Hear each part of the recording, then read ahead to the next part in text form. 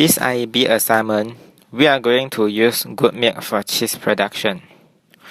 So basically, what is cheese? Cheese is a dairy fruit product which can be derived from the cow, goat, or buffalo milk. It is basically made by coagulating the milk to form the curd, whereby the whey, which is the watery part of the milk, will be drained off and then the cheese will be ripened. The history of cheese production was believed to start since 8,000 years ago. And now I'm going to show you the three types of cheese which are familiar to us. The first type is the soft cheese, which include the camembert and mozzarella cheese. The second type of cheese is semi-soft cheese. The examples of semi-soft cheese include the feta cheese and blue cheese. The feta cheese is especially made from the goat milk. And then the third type of cheese is hard cheese. Examples of hard cheese are the cheddar cheese and the Swiss cheese. There are two methods in producing the cheese. The first method is the traditional method, which involves the fermentation process. However, there are modern processes for cheese production, which will be further explained later.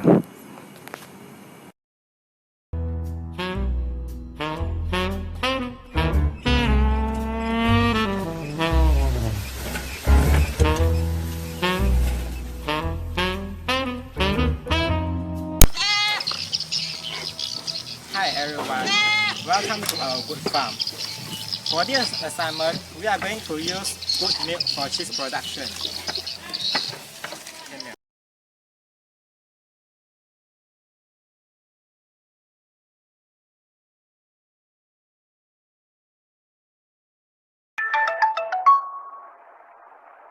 Hello? Hello? Okay. Hi, Dimi. Hi. Can you hear me? Yeah, I can hear you. I can also hear the noise of the goats at the back. Yeah. Now I'm in Sikicha actually. I'm now here to do our assignment. Oh. We are here to collect the goat's milk. Nice. Oh, regarding our assignment, I have already chose the image. I wanted to send it to you. Oh, can you send it to me now? Oh, okay. You can get line there. Not bad, huh? Yeah. Okay, wait, here it's coming. Yep, I've sent it. Okay, wait, check. Yeah, I received it already. You received it already, huh? Yeah. Okay. Wait, I open the file. Yeah, do check out the image. Yeah. The diagram is quite nice. Quite nice, huh? Explain to me. Oh yeah, sure. Okay, you just have to follow the numbers, alright? Okay, number 1 is showing the milking process where the raw milk is obtained from the cow. Number 2 and number 3 is showing the process standardization, filtration and pasteurization of the milk, where the milk obtained from the cow is standardized and pasteurized at a suitable temperature and lastly cooled at 32 degrees Celsius. Okay? After this process, do you see the number 3 and number 4 and number 5? Yes. Okay. Yes. From number 4 and number 5 onwards, it's where after the pasteurization, after the whole process, we will start adding in the bacteria. We will add in the bacteria to the milk at 32 degrees Celsius for 30 minutes to ripen it. Okay, the ripening step allows the bacteria to grow and begin fermentation. The bacteria will feed on the lactose in the milk and produce lactic acid. Okay, after the formation of lactic acid, this is where acidification is happening. After acidification, coagulation happens, where the formation of curds and whey occur. Okay, to form curd and whey, you need to clump the casein proteins in the milk, You know the milk contains casein protein, right?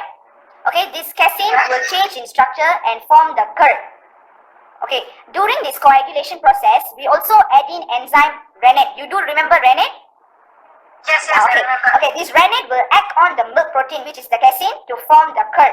And after the rennet is added, the curd will be left for 30 minutes so that a firm coagulum is formed. After the coagulation process, we will go to the cutting process and stirring and cooking, which is number 6 to number 7. Alright, this is where the curd is allowed to ferment and then it's cut into small pieces and heated to 38 degrees Celsius. Okay, the heating step is to separate the whey from the curd because what we want is the curd, not the whey. Alright, and then since we don't want the whey, we will drain it out. The whey will be drained from the vat and the curd forms a mat. And then as you see number 7 and number 8, it's where the curd goes through miling and salting process. Right? Are you still with me? Yes, yes. Okay.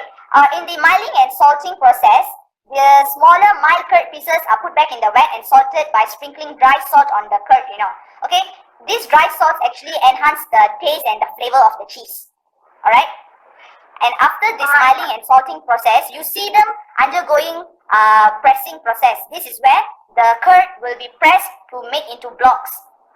This pressing process is where it forms the cheese into blocks and other kinds of shapes that we desire for the cheese.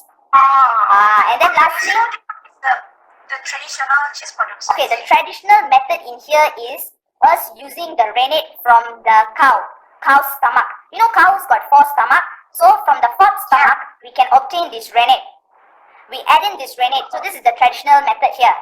Okay, understood. Okay, and then lastly, you just allow them for storage and aging where the cheese will be ripening.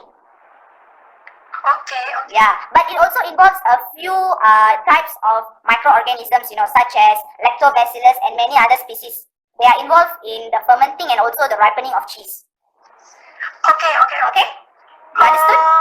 Okay. Yeah. Into a small summary.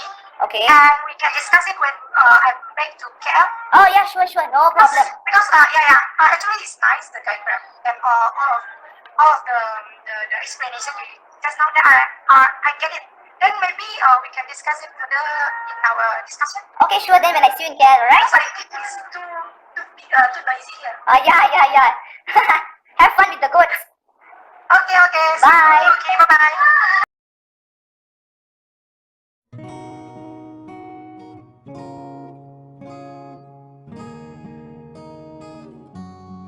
Issue related to the cheese production. In modern days of cheese production, they are made with pre-selected cultures consisting of only a few types of microbe, but many traditional cheeses are inoculate using whey or other products from previous batches, meaning that they can be made with dozens of types of microbe, some which are highly unusual. This is the issue that related to the cheese production, and this is why the traditional cheeses can be so much more complex than modern, controlled inoculation cheeses. Another issue related to the traditional cheese production is the cheese tastes bitter. This is because the low pH during the fermentation due to the lactic acid. This is caused by the low pH during the fermentation due to the lactic acid production. Traditional rennet is called to be impure because it contains various enzymes such as chymosin A, chymosin B, lactase, lipase, and so on.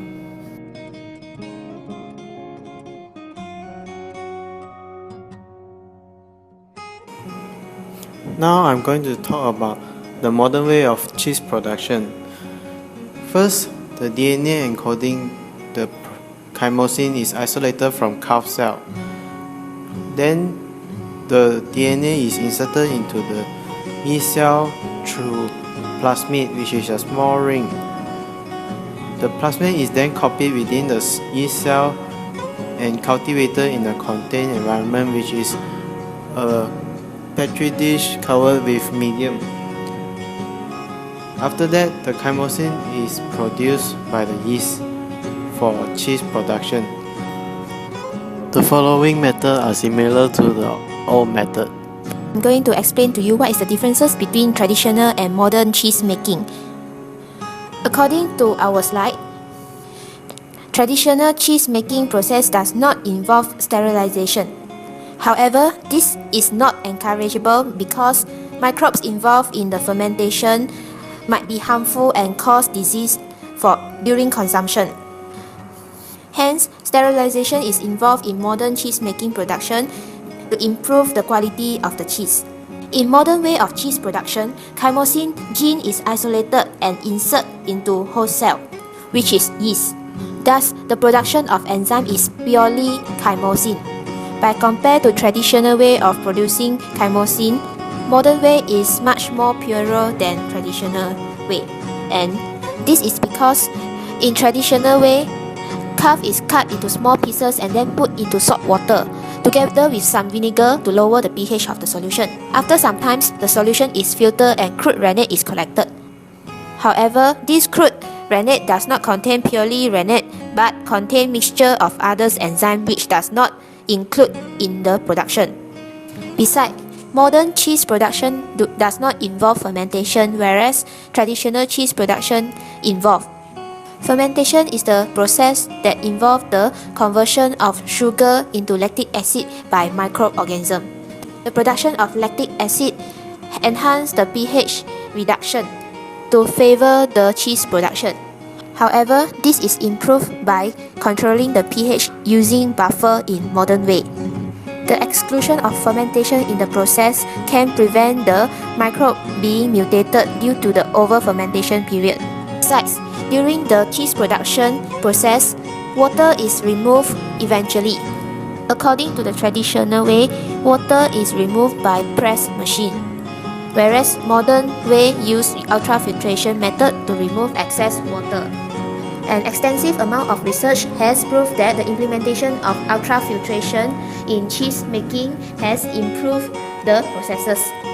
So the safety and social responsibility issue in using the GMO rennet in a modern cheese production.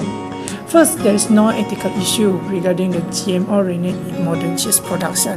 However, the GMO rennet will have some ethical issue, whereas the product of the cheese is come out without any label. Secondly, is that generally the GMO rennet is safe to be used, as 90% of the GMO rennet in cheese production is being approved by USDA in 1990. But theoretically, in the research, this GMO will give an effect such as an allergy, antibiotic resistance, and also an unknown disease.